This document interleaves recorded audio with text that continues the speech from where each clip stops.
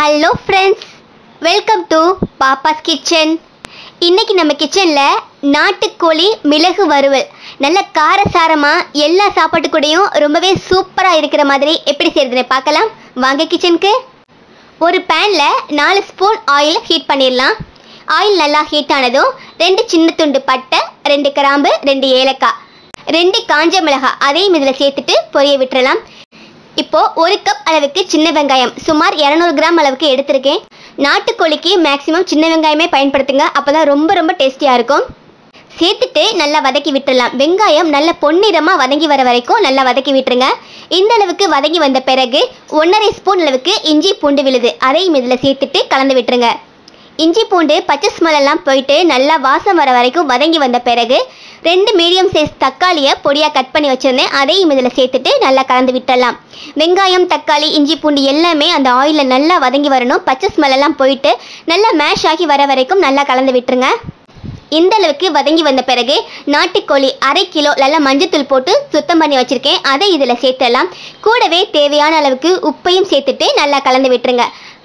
மற்ற சிக்கனை விட நாட்டுக்கோழி கொஞ்சம் ஸ்மெல் அதிகமாக இருக்கும். ஸோ மஞ்சள் தூள், லெமன் எல்லாம் போட்டு நீங்கள் வாஷ் பண்ணிங்க அப்படின்னா கொஞ்சம் கூட அந்த ஸ்மெல் இருக்காது. ஸோ ட்ரை பண்ணி பாருங்கள். ஸோ ஒரு குறைவான தீயில நல்லா வதக்கி விட்டுருங்க. சிக்கனில் உள்ள தண்ணீரெல்லாம் வெளியில் திரும்ப அதை வற்றணும். ஸோ அந்தளவுக்கு நல்லா வதங்கணும். ஒரு மிதமான தீயில வச்சு ஒரு 5 நிமிஷம் மூடி வச்சிடலாம். இடையிடையே ஓப்பன் பண்ணி கலந்து விட்டுட்டே இருங்க.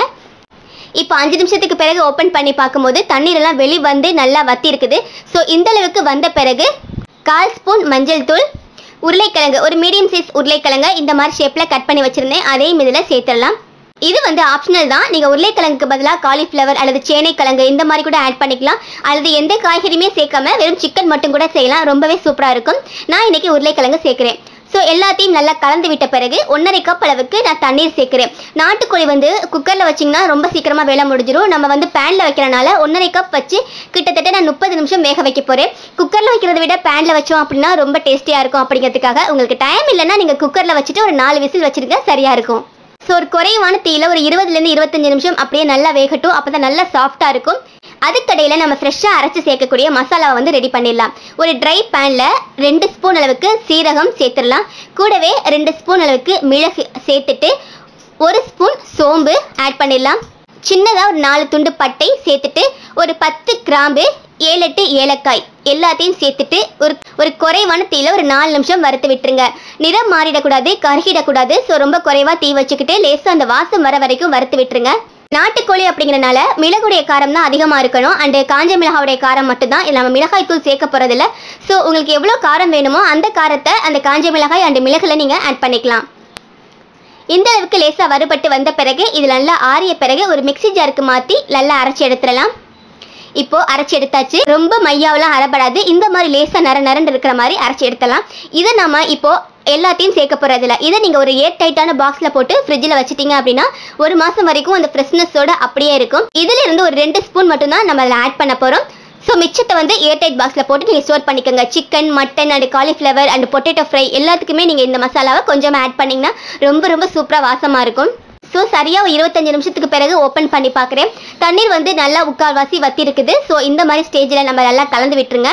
இப்போ நம்ம ஃப்ரெஷ்ஷாக அரைச்ச மசாலா 2 ஸ்பூன் அளவுக்கு இதில் சேர்த்துடலாம். உங்களுக்கு நல்ல காரமாக தூக்கலாக வேணும் அப்படின்னா ஒரு 2.5 ஸ்பூன் அல்லது 3 ஸ்பூன் கூட நீங்கள் ஆட் பண்ணிக்கலாம்.